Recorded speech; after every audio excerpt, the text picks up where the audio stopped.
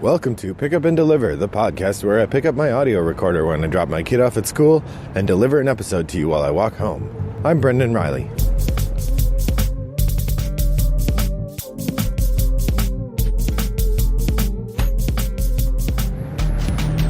Well, good morning, listeners. I hope that you are having a pleasant day. It's a cloudy blanket of a day here in suburban Chicago. Mild 28 degrees or so. So it's chilly, but not too cold. But it's that gross, flat, slate gray color where you can't tell if it's dusk or dawn or midday because it's just bleh. It's not snowing or raining, though, so I guess that's a plus. And like I said, the weather's not too bad.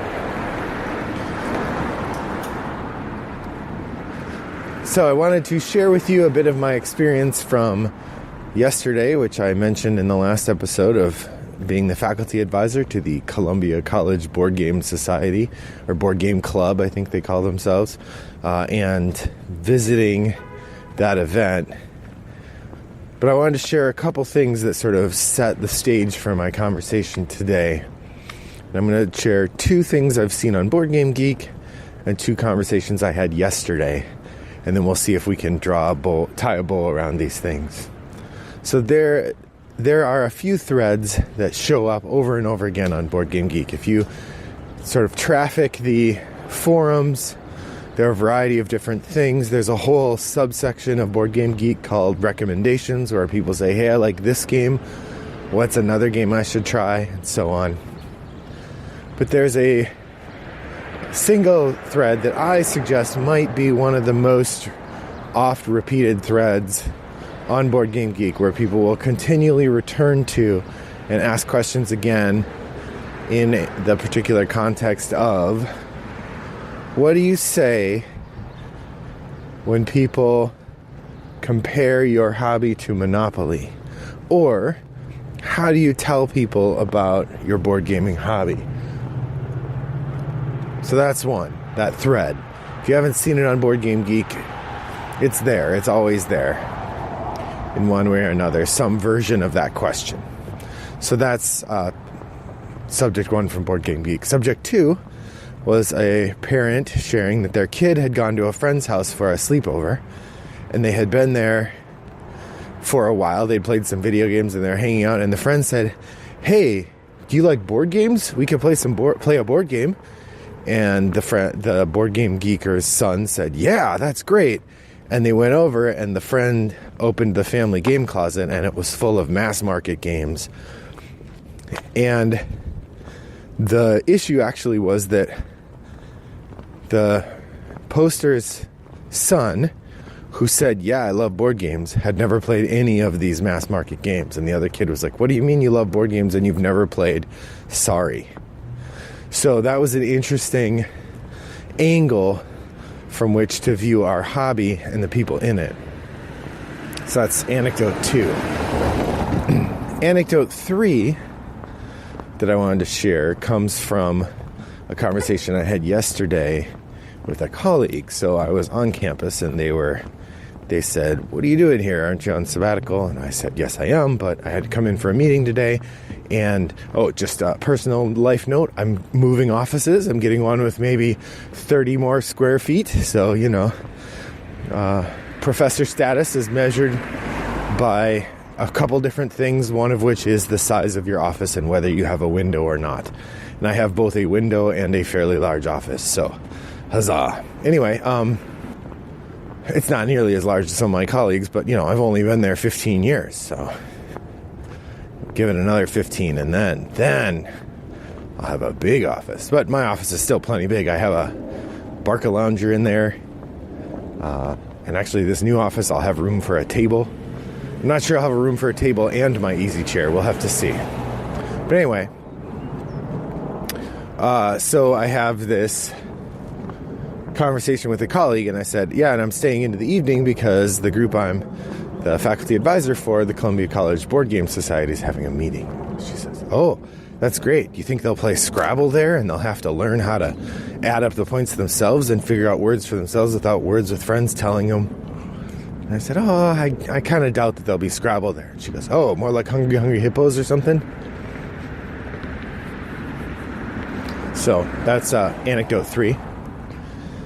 And anecdote 4, which begins my report on the actual experience at the Board Game Society, was that I was talking to my wife about it when I got home. I said it was a good time. They had a decent selection of games, though nothing you couldn't buy at Target. My wife goes, you're such a snob. And she is right. So I wanted to talk a little bit about the experience I had there and then ponder a little bit in the way that you regular listeners of Pick Up and Deliver have come to love the subject of board game snobbery and how we deal with it. So my experience was great. I went to the Board Game Society Club, and I think I'm going to try to go 2 or 3 times each semester, maybe a little more. So we'll see. Probably not more than once a month because I have my standing game night with Toggle Gaming. But as faculty advisor, I should visit and try to attend that occasionally. So probably once a month I'll go. So the event, there were 4 students there, one of whom was the organizer, and I'd had that student in a class before. But then one of the other students who was there was also someone I'd had in a class, which was fun. And then I had 2 or 3 more students who had not been in classes with me, but they were very nice folks. The games that they had were, like I said, mostly games you could buy at Target, but not mass market games you'd buy at Target. I mean, they had telestrations and they had a lot of sort of party game type games, red flags and telestrations, and I think there was a taboo type game. It wasn't taboo though. And Fun Employed was one that we did play. So the games we played over the course of the evening, we started off, I suggested that we play Dude and More Dude, which both went over very well. And then one of the other people suggested Fun Employed, which is a pitch style game that I hadn't played before, but I took to it pretty well. In fact, I won. My favorite pitch was the one where I had to pitch to be a cheerleader, and the cards that I had were all vaguely pirate themed, so I shaped the pitch to be for the cheerleader in a pirate movie. I did not win that one, but it was fun to make up the story to go with the pitch. So that was Fun Employed. Then we played a couple rounds of Flux, which is not my favorite game. It was fun to play with them, and I could see they were enjoying themselves, so I played along in good spirit, but that is pretty much never a game I would choose to play because it feels totally pointless in terms of your ability to manipulate what's happening on the game board is very, very limited and so much determined by which cards you draw that I don't know. It just isn't my kind of game, but they had fun, and so it was fun to play with them for a couple rounds. And then we played Between Two Cities. I had brought that, as you know, from the last episode.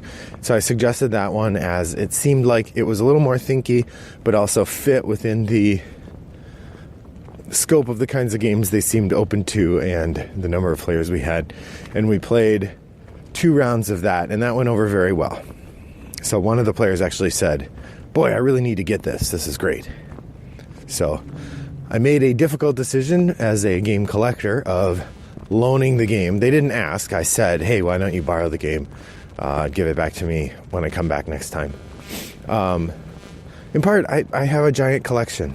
I haven't played Between Two Cities in almost a year. It's not a game that gets so much desire around my house that I know for sure I have to have it here. And if somebody says they want to play it and we don't have it, there's 10 other games we can play instead. So I'm not worried about it being gone from my collection for a month. There is that part of me, the hoarder part, that doesn't want to loan out a game, particularly to people I don't know that well. I mean, these are students, but they're not students in my class particularly. And the level of trust I have for them is pretty, they seem trustworthy and all, but I don't really have a basis or a long-standing relationship on which to decide. So then I just had to kind of weigh the options. What's the worst thing that happens? Worst thing that happens, the game gets lost, stolen, or destroyed. And admittedly, I'm out the $40 or whatever I paid for Between Two Cities a couple years ago. But compared to the goodwill I generate and the teacherly impulse that emerges when I get to engage with students and help them see and enjoy something, the risk was worth it for me. So I wanted to talk about this impulse, this experience we have. If you're listening to this podcast, you probably are a part of the board game hobby community, which means that over time you come to have a kind of biased view about games. Probably in the same way that people who watch a lot of really high-end movies come to be biased about movies that are made less well, or anything where you do something at a kind of more rarefied level. And so there's an interesting challenge both in talking to people who aren't in the hobby and in approaching people who aren't in the hobby to how you talk about it. Because on one hand, we're inclined to say, oh, those games, blah. Or, oh, Flux, I can't play Flux. I'll look at my phone till you guys are done. Right? I mean, there are certainly people who feel that way. And there are probably people in our hobby who would not return to this group because the games they're bringing in, the games they like to play, are on a particular level in terms of complexity or engagement with the hobby and that sort of thing. So on one hand, that's a real concern for somebody. I mean, we all have limited game time, right? I get one, not guaranteed, but I get one game night a week where it's pretty much locked in with the family. Tuesday nights, I'm going to go play games. And that's just sort of how we've worked out part of our schedule. So if I use my Tuesday night to go to a group that isn't really very fun for me or doesn't scratch the itch I'm looking to scratch, that's an opportunity wasted. And for a lot of people, that is crucial because they don't have all that much time for gaming. But at the same time, I mean, for me, the real delight in the evening was showing these students a couple games they hadn't seen before, and pushing them toward learning something a little different. I mean, I think one of the things that I'm going to be doing when I go to this group is I'm going to pick one game each time that I'll bring with a focus of introducing something new to the group, something they haven't done before or played before. And that kind of influence, I think, could be really compelling as a pedagogical move. As the teacher in this situation, even though I'm not, it's not a class, as the faculty advisor, I feel really inclined to lead them toward these other experiences, which are quite delightful. So that's a big part of what motivates me to want to go back and be engaged here, is this idea of helping to evangelize. But at the same time, you don't want to be a snooty snob, because I would have missed, Flux aside, the rest of the games are really fun. I mean, Fun Employed is a fun pitch game that I wouldn't probably want to play on the night that I'm in the mood for something real strategic, but it's a delightful game. We had a lot of fun with Dude. We had a lot of fun with Between Two Cities. A couple of the other games they had there that were kind of on the table at one point, we were talking about playing Coup. I like Coup a lot. So there's a lot to be said for being open to the gaming experience, right? A lot of us say what we really value in board gaming is time spent with people and enjoying the camaraderie of the experience. And it's important when we're engaging in the hobby to think about not just how much we get to play the new thing, but also the experiences we get to have with people who may not have played the new thing yet, and for whom we can both enjoy the hobby on the level they're on, but also then kind of introduce them to new things, which maybe sounds a little elitist, but hopefully sounds open first and elitist second. So I'm curious, what experiences have you had where you go into a gaming situation and you discover the gamers are very different than you in some way? And have you had success in that experience? Have you found yourself being successful in finding fun in that community or generating fun with that community. I really would like to hear from you, because this is going to be an ongoing thing for me, I think, as the Board Game Club continues. Pop by Board Game Geek Guild 3269 and let me know your experiences, and I look forward to talking with you about it there. Thanks for joining me on my walk today. I hope your next walk is as pleasant as mine was. Bye-bye.